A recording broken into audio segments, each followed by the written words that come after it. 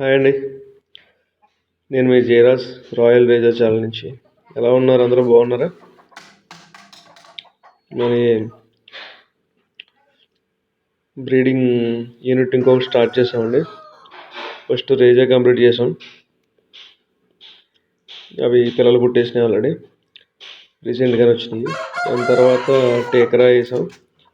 అవన్నీ కూడా ఇప్పుడు పెట్టలు గుడ్ల మీద ఉన్నాయండి, ఇంకా పిల్లలు రావాలి.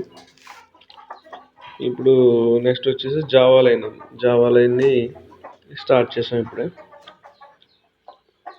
నాకు తెలిసి ఇంకొక 1 or 2 వీక్స్లో అవి కూడా 1 వీక్లో ఎగ్స్ స్టార్ట్ చేస్తాయి మ్యాక్సిమం. ఇవి మనం ఈ వీడియో ఎందుకు చేస్తున్నానంటే అండి, ఒక్కొక్కసారి ఏమవుతుందంటే బ్రీడర్లో ఎక్కువ మనం అనుకున్న ఏదైతే మనం మిక్స్ చేయాలనుకున్నామో, దేనికైతే కలపాలనుకున్నామో అది మనం ఎలా అయితే చేయాలనుకుంటామో అలాగే అవుట్పుట్ కూడా రావాలి. కానీ కొన్ని చోట్ల ఏమవుతుంటుందంటే వదిలేస్తారు, బ్రీడర్లని సెపరేట్గా దెబ్బలాడుకోవట్లేదని వదిలేస్తారు. కానీ అది ఎప్పుడు ఏది ఎలా క్రాస్ చేస్తుంది అనేది తెలియదు. సో కొన్ని మిక్స్ అయిపోతాయి బ్రీడ్లు.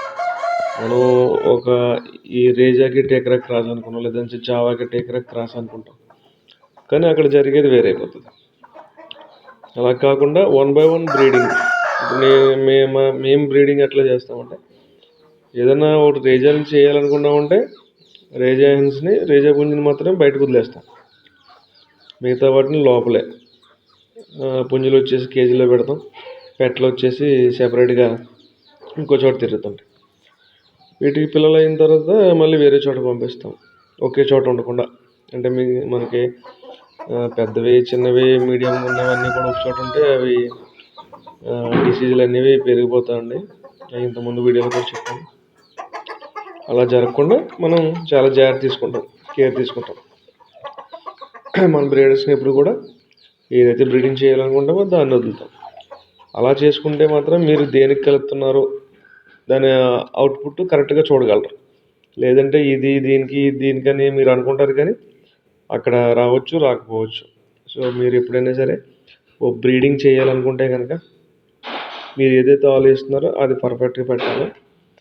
అప్పుడు మంచి లైన్ తీయగలరు మీరు.